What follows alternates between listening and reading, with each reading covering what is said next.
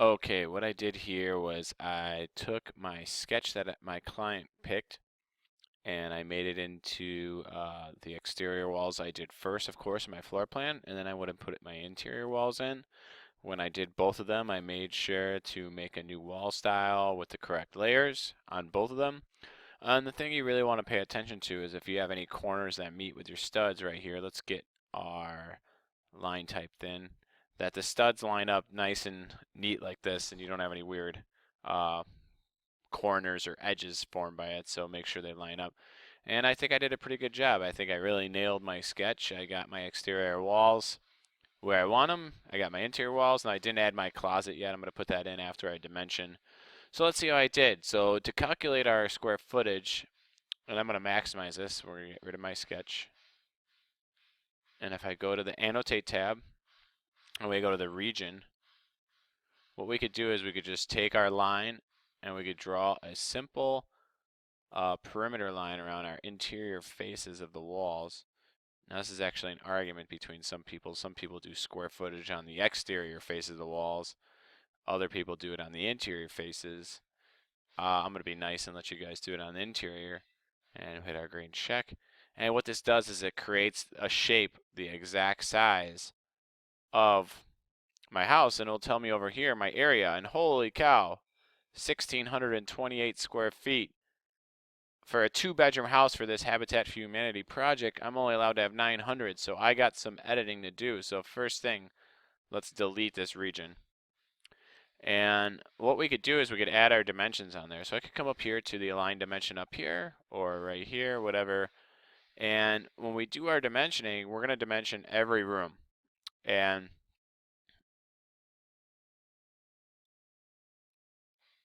let's just put a dimension in every room for now.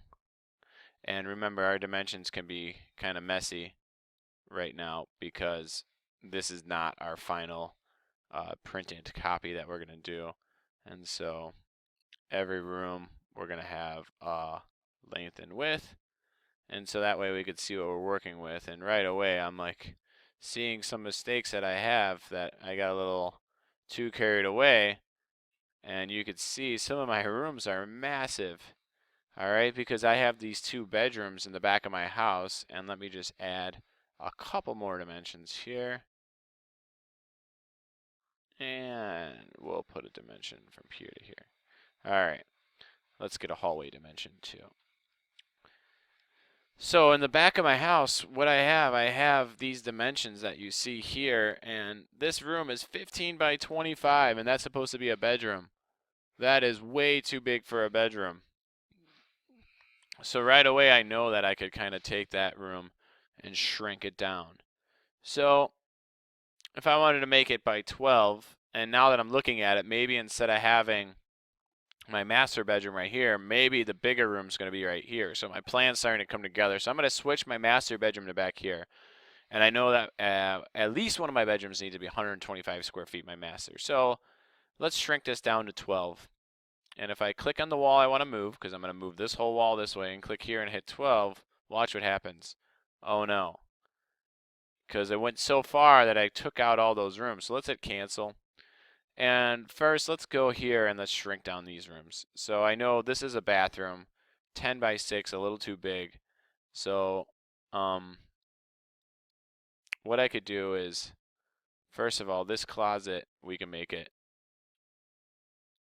2 feet.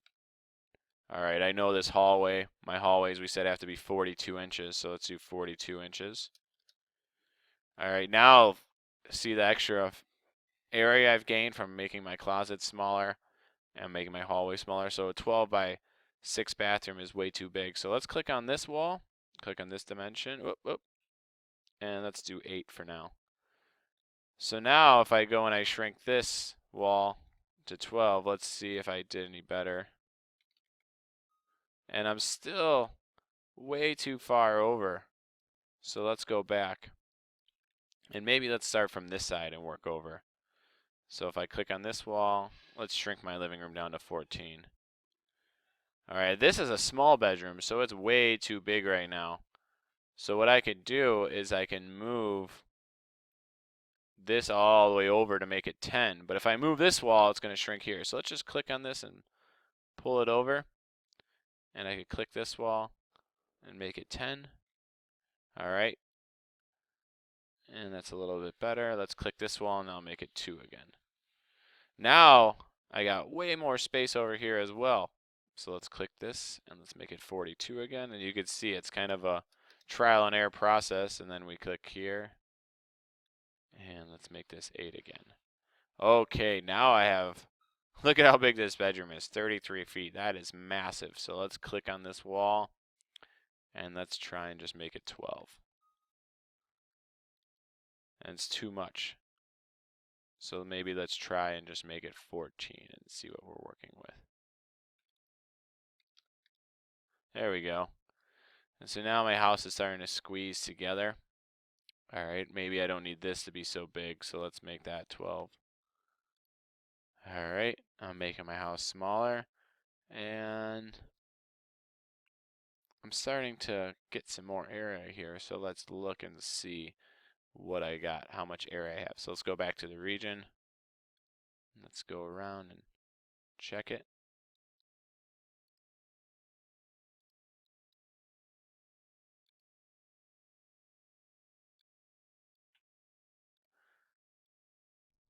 All right, now I'm below that 900, so now I know I'm in business. So I could probably even add a little square footage. So let's just click this and make it 12. And I could take my region and pull it over. And now I'm right at that cusp of 900. So I know I'm right there and I just need to tweak it a little bit so I have a good start to my plan. So let's go and shrink it down. So I'm thinking that if this is the closet for this room, this little tiny closet here, maybe instead of having such a massive bedroom here, maybe I'll add a closet right here for the master. So let's go to wall, interior wall, and I'm just going to make a nice long big closet. And let's make sure that my closet is 2 feet.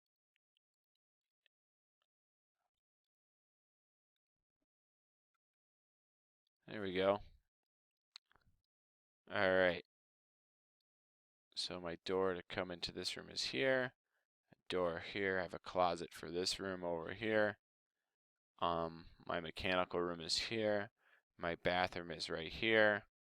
My kitchen dining room combination is right here. And this is a little big even, so let's click this and maybe make it 12. And if you're wondering where I'm getting all these room sizes from, look at your efficient floor plan PowerPoint and I'll go over. So now I'm thinking, since I have such a big long room here, maybe I'll have a little peninsula kitchen right here. And then I could have my dining room over here. So definitely a good start.